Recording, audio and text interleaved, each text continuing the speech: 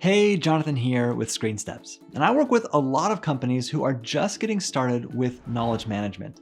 And in the beginning, it's really exciting. We come up with a plan for building a comprehensive knowledge base, and we write down the titles of all the articles and guides we're going to create.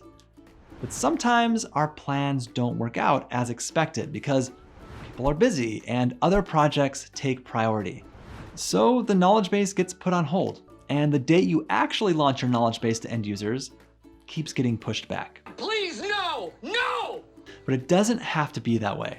In this video, I'm gonna share one idea that can help you still launch a really great knowledge base and do it on time. And that idea is to do what we call an 80% launch.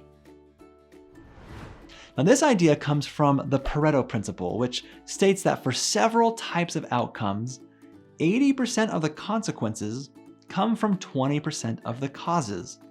So what does that mean for your business? Well, let's look at a customer support center. If you took all the existing issues that customers could call or write in about, you'll likely find that 80% of the questions that do come into customer support probably represent only about 20% of the total number of questions that could come in. And the same goes for operational tasks. I'd bet that 80% of an employee's time doing back office tasks is probably taken up with tasks that make up maybe 20% of all the tasks that they could do. So how does this apply to knowledge management? Well, it's simply this. Don't worry about documenting 100% of everything that could be documented in order to launch. At first, just focus on those things that take up 80%. If you're building a knowledge base for customers and your purpose is to deflect tickets, and 80% of the tickets that come in consist of only 20 types of questions, then create guides that answer those 20 questions and launch. You can fill in the rest later.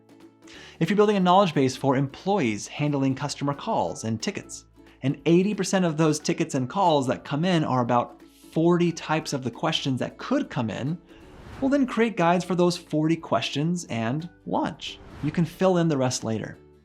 Or if you're in a supervisory role and 80% of your time is helping employees do 15 types of tasks, document those 15 tasks and launch your knowledge base.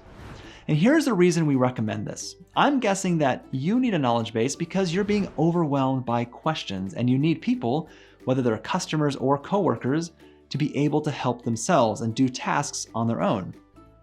Well, if you could get people to do the tasks that make up that 80%, everyone would get a ton of time back in their day, which would then free you up to fill in the gaps in your knowledge base. So if you have a big list of articles to create in your knowledge base, first prioritize them and determine which ones make up your 80%. Then create those guides and launch. Don't let perfection get in the way of progress. All right, I hope you found that helpful. Now, if you're in the middle of creating a knowledge base and would like some help, feel free to reach out to our team. We offer consulting and coaching services and would be more than happy to help out.